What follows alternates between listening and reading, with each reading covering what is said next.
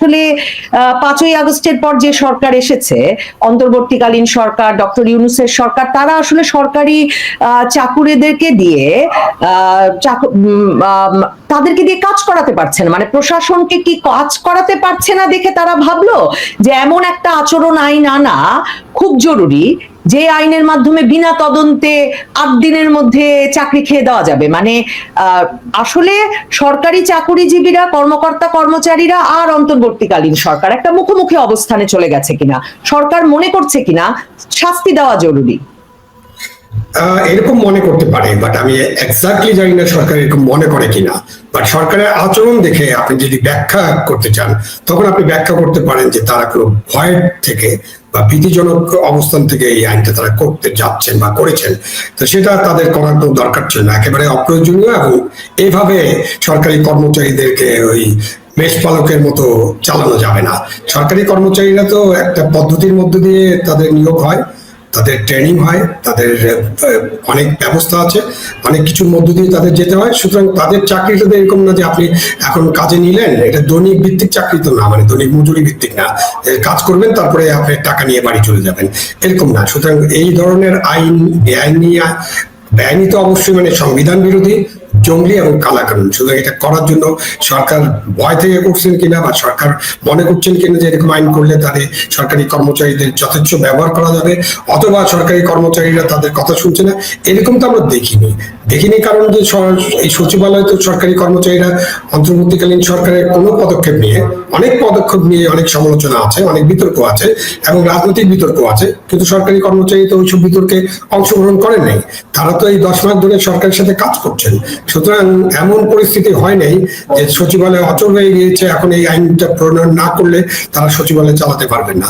এটা হচ্ছে আপনার মাথা ব্যথা হয়েছে, তখন আপনি মাথা কেটে ফেলার মতো অবস্থা। তো আপনি কেন করবেন, কেন এইভাবে গেলেন এবং অপ্রয়োজনীয় ছিল, এই ব্যাপারে আমার কোনো সন্দেহ নেই। যেমন এনবিআর কে নতুন করে যে সংস্কার করা হয়েছে, হয়তো সংস্কারের প্রয়োজন ছিল, এটা নিয়ে আলাপ আলোচনা হতে পারতো, এটাও যে করা হলো, এনবিআর এও আন্দোলন চলছে।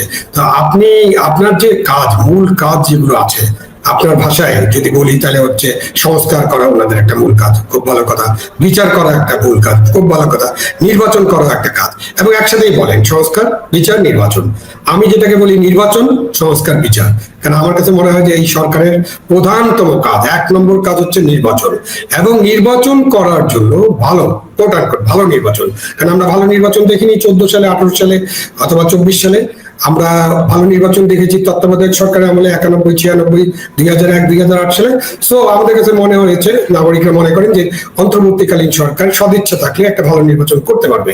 সেই ভালো নির্বাচন করার জন্য তাদের যদি কোনো পরিবর্তন করতে হয়, তাদের রদ বদল যদি করতে হয়, কর্মচারী কর্মকর্তাদের তাদের কিছু যদি সংস্কার করতে হয়, আইনের যদি 2-1টা পরিবর্তন করতে হয়, যেটাকে তারা খুবই গুরুত্বপূর্ণ মনে করেন, সেসব করে তারা একটা নির্বাচনে যাবেন।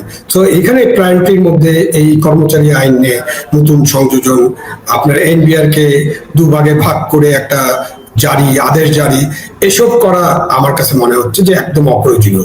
এই কারণে নাগরিকদের মধ্যে একটা কথা উঠেছে, রাজনীতিবিদরাও বলার চেষ্টা করছেন বা বলছেন, কেউ কোনো কোনো বড় দল থেকে বলা হয়েছে যে এসব করা হচ্ছে ইচ্ছাকৃতভাবে একটা সমস্যা তৈরি করা এবং সেই সমস্যা দেখিয়ে নির্বাচন থেকে বিলম্বিত করা। এখন তাদের এই বক্তব্য তো আপনি খণ্ডন করতে পারবেন না, যখন আপনি অপ্রয়োজনীয় কাজে সময় নষ্ট করবেন এবং এটা দরকার নেই এরকম কাজে যখন আপনি ঢুকে পড়বেন এবং একটা সমস্যার সৃষ্টি হবে, তারপরে এই সমস্যার সমাধানের জন্য আপনাকে আলাপ আলোচনায় বসতে হবে।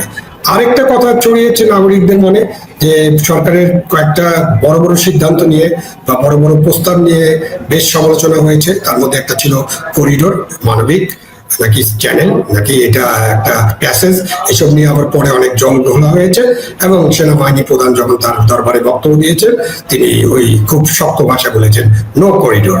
তো এখন তারপরে বন্দর নিয়েও কথা হয়েছে। তো এই যে বড় বড়, আমার ইশরাক সাহেবকে কোর্ট রায় দিয়েছে আপনার ঢাকা দক্ষিণের মেয়র হওয়ার জন্য, সেটা নিয়েও ইশরাক সাহেবের যারা সমর্থক, আমরা ঢাকাবাসীর নামে তারা আন্দোলন করছে। তো এইসব থেকে দৃষ্টি সরানোর জন্য অতীতের সরকারগুলো অনেক সময় এরকম কাজ করতো, দৃষ্টি সরানোর জন্য অন্য কিছু একটা করে ফেলা, এবং যেটা লোকজন পছন্দ করবে না ওখানে একটা সমস্যা হবে। তো সেই কারণে অনেকে মনে করছেন যে বড় বড় ইস্যু থেকে দৃষ্টি দূরে সরিয়ে দেওয়ার জন্য এই কাজটা করা হচ্ছে।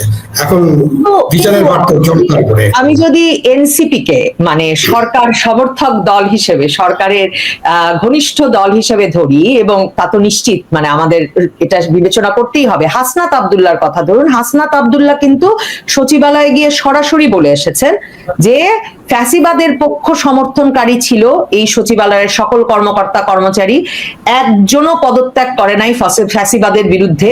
হ্যাঁ, কাজেই এদের সবার তালিকা তাদের কাছে আছে এবং তারা দেখে নেবে যদি এই আন্দোলন করে সরকারকে দুর্বল করার চেষ্টা হয়। এবং সচিবালয়ের উল্টা দিকে কিন্তু জুলাই মঞ্চ নামে একটা ফ্যাসিবাদ বিরোধী সমাবেশ হচ্ছে, তারা এখন আরো 44 জন সচিবের পদত্যাগ দাবি করছে এবং বলছে এরা ফ্যাসিবাদের মানে সচিব। কিন্তু মানে আগস্ট সেপ্টেম্বর অক্টোবর জুড়ে ক্রমাগতভাবে কিন্তু এই সচিব সহ সরকারি প্রশাসনের সব পদে এরাই পরিবর্তন আনবেন, কিন্তু এখন তারা বলছেন সেই ফ্যাসিবাদের চিহ্ন রয়ে গেছে সচিবালয়ে এবং তারা দেখে নেবেন। কাজেই একটা প্রতিপক্ষের জায়গা তো তৈরি হয়েছে।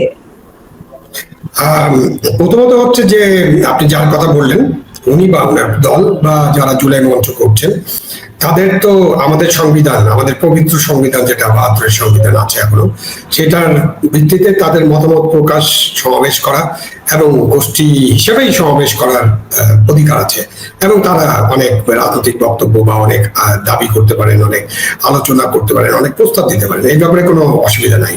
কিন্তু ওই যে আপনার তালিকা আছে, আপনি সামনে বসে থাকবেন, এখনই পদত্যাগ করতে হবে, এইটা মনে হয় কোনো রাজনৈতিক দলের দায়িত্বের মধ্যে পড়ে না বা রাজনৈতিক শিষ্টাচারের মধ্যে পড়ে না।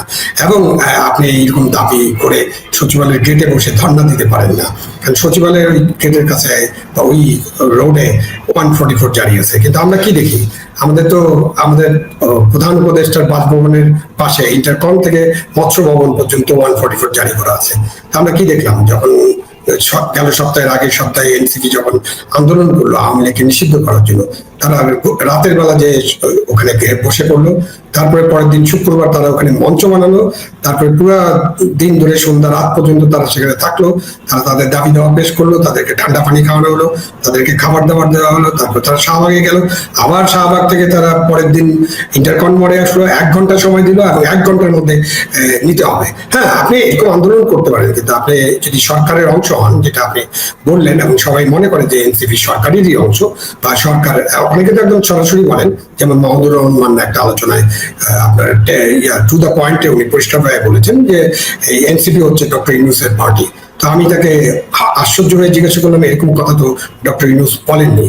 তখন তুমি প্রমাণ করে বললেন যে এই কারণে, এই যে আমি যে আন্দোলনের কথা বললাম বা তারা যেভাবে আচরণ করছে, তাদেরকে যেভাবে ইউনূস সাহেব সমর্থন দিচ্ছেন যে ছাত্ররা একটা কিছু করতে হবে, তাদেরকে আমি বলেছি তোমরা কিছু করো, তোমাদের এই বিপ্লব বলেন তারা কোট আনকোট, তো এই বিপ্লবের ফসল তাদেরকে গড়ে তুলতে হবে। সব মিলিয়ে উনি বললেন যে এনসিপি হচ্ছে ডক্টর ইউনূসের পার্টি। সুতরাং অন্তর্বর্তীকালীন সরকার সম্পর্কে আমরা যে ধারণা, নাগরিক হিসেবে যেরকম আমি মনে করি যে তারা দলনিরপেক্ষ, রাজনীতি নিরপেক্ষ একটা সরকার চালাচ্ছেন, তাদের কোনো দল নেই। কিন্তু সেদিন তো আমার ভুল ভাঙলো যে রাজনৈতিক নেতারা মনে করছে মাহমুদুর রহমান নিশ্চয়ই অনেক চিন্তা ভাবনা করে বলেছেন, বা আরো অন্যান্যরা বলছেন, বিএনপি থেকে বলা হচ্ছে যে এটা তো আর দলনিরপেক্ষ সরকার থাকছে না, তারা এনসিপির সরকার। তা এখন সচিবালয়ে আপনি এই আন্দোলন করবেন, বাধ্য করবেন, পদত্যাগ করতে হবে এসব বলবেন, তারপরে এই যে জঙ্গলি আইন করবেন, সেই আইনে আপনি বিতাড়িত করবেন। কেউ তো এমনও বলছেন যে সচিবালয় থেকে সব বের করে দেন, নতুন লোক নিয়োগ করতে হবে। আমি আপনাকে বলি নবনীতা, আমি একসময় ছাত্র কর্মী ছিলাম, আমি সচিবালয়ে পাশ দিয়ে মিছিল করতাম এবং আমি তখন সমাজতন্ত্রের আদর্শে বিশ্বাস করতাম। আমার কাছে তখনও মনে হতো যে সচিবালয়টাকে একদম ভেঙে পুড়িয়ে দেওয়া উচিত, কারণ এই সচিবালয় হচ্ছে সমস্ত শয়তানের আখড়া এবং পুঁজিবাদের লুটের আখড়া। আমি সেই সচিবালয়ের পরে চাকরিতে জয়েন করি এবং একটা যে সচিবালয় যেটা যে চলতে হয়, পৃথিবীর অনেক দেশে বিপ্লব বলেন, গণ-অভ্যুত্থান বলেন, সবকিছুর পরেও আপনাকে একটা সরকারি যে ব্যবস্থা আছে এখানে আপনি রদবদল আনতে পারবেন, কিন্তু পুরো জিনিসটাকে ভেঙে চুরে তছনছ করে দিলে সেটা দিয়ে দেশ চালানো যাবে না। সেটা দেশের মধ্যে একটা অরাজক পরিস্থিতি হবে, একটা সিভিল ওয়ার পরিস্থিতি হয়ে যাবে এবং সেই আইন শৃঙ্খলা পরিস্থিতির চরম অবনতি হবে। সেই সব আপনাকে খেয়াল রাখতে হবে।